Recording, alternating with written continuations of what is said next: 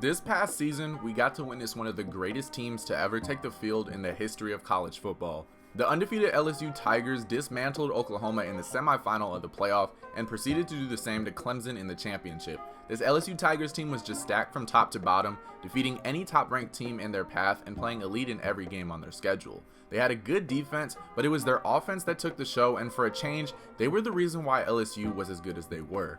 Led by quarterback Joe Burrow and the help of passing coordinator Joe Brady, LSU's offense scored an average of 48 points per game, giving them the best offense in the nation that was a threat every week. For a while, it appeared that all LSU needed to get over the hump each season was a good enough quarterback to lead their offense, as they already had the weapons in place and their defense was among the best in the nation. This past year, they finally got everything in place for the perfect title run that finally came together after so many seasons. So how did LSU make this happen? In today's video, we'll be looking at the rise of the LSU Tigers and exploring how they built a national champion. The 2016 season would be the one that would start the Tigers' path to becoming a champion. Heading into that season, LSU was ranked at 5th in the nation to start the year, and then head coach Les Miles was ready to lead them to the college football playoff for the first time. But in just 4 games, LSU was 2-2. Losing to Wisconsin in the first game and Auburn in the fourth game, and as a result, Miles was fired. Les Miles had a good tenure at LSU as he won a national championship in 2007, but everything after that was nothing short of disappointment and shortcomings. This 2-2 start was the final straw and he was finally let go. Replacing him would be Ed Orgeron as the interim head coach. Coach O was the defensive line coach at LSU and had also previously served at USC, where he was also their interim head coach. They ultimately decided he wasn't good enough to promote as head coach full time, and LSU is where he ended up as a result. Orgeron wasn't going to let this second opportunity to be a head coach at a major university slip away, and LSU went 7-2 the rest of the way to finish at 9-4 on the season. He got the Tigers back to the top 25, defeated 3 ranked teams, and won the bowl game against the Louisville Cardinals, so he had a pretty good finish to that season. The defense was outstanding this year as they finished 5th in the nation in points allowed, but the offense was still trying to find its footing. As a result of this strong finish, Orgeron was promoted as the full-time head coach for the program. He continued to make his mark with his first official recruiting class in 2017, coming in at number 7 in the nation according to 24/7 Sports. 24 players officially enrolled, which included the likes of K'Lavon Chasen, safety Grant Delpit, quarterback Miles Brennan, linebacker Patrick Queen, running back Clyde Edwards-Helaire, safety Jacoby Stevens, and wide receiver Justin Jefferson. Heading into that 2017 season, LSU was ranked at 13th in the nation despite losing some talent from the previous season, including the likes of running back Leonard Fournette, but that opened up playtime for both running backs Darius Geis and Darrell Williams, who provided the Tigers with a 1-2 punch that averaged 200 yards a game. LSU would finish the season with the least turnovers in college football history at the time, with 7 on the year. So with both of these two stats considered, you might think LSU had a really great season. Unfortunately, that wasn't the case. They won their first 2 games of the year, but over the next 3 weeks played very mediocre football. They lost on the road to Mississippi State by 30 points, beat Syracuse the following week, and then lost to Troy at home by 3 points.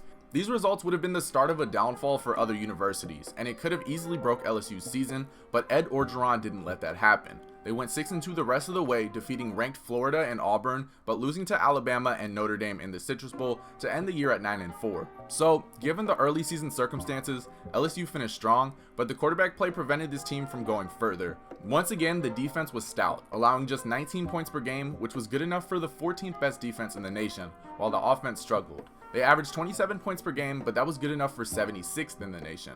2018 was going to be an interesting year for the Tigers. LSU let go of former offensive coordinator Matt Canada after just 1 season and promoted Steve Ensminger, who brought in a new spread and pro scheme. Danny Etling, who served as the quarterback the last 2 seasons for Orgeron, had graduated, so LSU was looking for another starter. It just so happened that a kid from Athens, Ohio, who committed to Ohio State was in the transfer portal after a series of commitments resulted in him losing out on a spot down in Columbus. His name, Joe Burrow. Burrow had a few colleges who could have been potential suitors, but it was ultimately down to LSU and Cincinnati. Burrow would end up choosing LSU after a 48-hour trip down to Baton Rouge swayed him, and with 2 years of eligibility left, LSU looked set at quarterback. The Tigers also had one of their weaker recruiting classes in the past few seasons, as it was ranked 15th in the nation. Still, they added some talented guys such as 5-star wide receiver Terrace Marshall Jr. and Jamar Chase. Surprisingly, to start the year, LSU was projected to finish 5th in the SEC West, as there were a lot of question marks and a lot of loss that LSU faced the previous year. And when you add on that quote-unquote weaker recruiting class, for some people that was justifiable for why LSU was projected to finish 5th. But yet, LSU quickly proved everyone wrong. They won their first 5 games of the year, including against 2 top 10 teams in Miami and Auburn. LSU faced a tough task going into Florida the next week and lost by 8, but followed that up with 2 wins over number 2 Georgia and number 2 Mississippi State. LSU earned the number 3 rank in the nation, and the hype surrounding LSU at this time was amazing and something fans hadn't seen in a while. Of course, the next week they faced Alabama, who was ranked at number 1, and this was the most hyped the rivalry had been in a while. With LSU looking better than ever, they looked to end their long losing streak against the Crimson Tide, but were shut out 29-0. Still, LSU finished the season strong, going 3-1 in their final 4 games, and their one loss was to Texas A&M in 7 overtimes by a score of 74-72. They did defeat UCF in the Fiesta Bowl to add another signature win to Orgeron's resume and ended the year at 10-3, but I don't think anybody could have expected what would happen next. Now, Burrow played pretty decent the year before in 2018, throwing for 16 touchdowns and 5 interceptions with over 2,500 yards passing. His play was easily the best quarterback play since Zach Mettenberger, but Burrow took a huge jump the next year. To make their offense more productive, LSU decided to hire New Orleans Saints offensive assistant Joe Brady as the passing coordinator, which would prove to help LSU a ton. Joe Burrow and LSU blew the college football world away by going 15-0 this past season, defeating number 9 Texas, number 7 Florida, number 9 Auburn, number 3 Alabama, number 4 Georgia, number 4 Oklahoma, and number 3 Clemson in the title game. Their offense was amazing, averaging 48 points per game, with Jamar Chase and Justin Jefferson both having over 1,500 yards receiving, Edwards-Helaire having over 1,400 yards rushing and adding a decent amount in the receiving game as well, and Joe Burrow leading the way with 60 passing touchdowns and 5,600 passing yards. LSU was absolutely incredible this season, and even though their defense didn't rank as well as they did in the previous years, they were still good.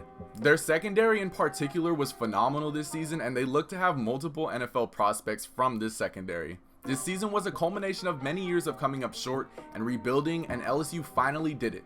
They were finally back to the top of the college football world. But how did they win the national championship? The first reason would be without a doubt Joe Burrow. Now we'll get into everybody else in a second, but for so long the Tigers have missed a quarterback, and even having an average one would have been enough to take them over the hump. Burrow had a great supporting cast around him in 2019, but that doesn't take away from the massive jump he made in production. His confidence was unmatched throughout the season and his LSU tenure, and he just played with a presence that would carry his team to a victory over any team they faced. His IQ and decision making was insane, and the list of his strengths is almost too long to go through. If you just sat and watched a full LSU game this season, you would know what I mean. He easily played as the best quarterback in the nation, catapulting himself to the number 1 prospect in this upcoming draft, and his legacy just continues to grow by the day. The next reason would be Ed Orgeron. Without a doubt, Coach O is one of the more interesting figures in college football, but is there a better match in college football besides Orgeron and LSU? I feel like it was a match made in heaven, and both sides needed each other desperately.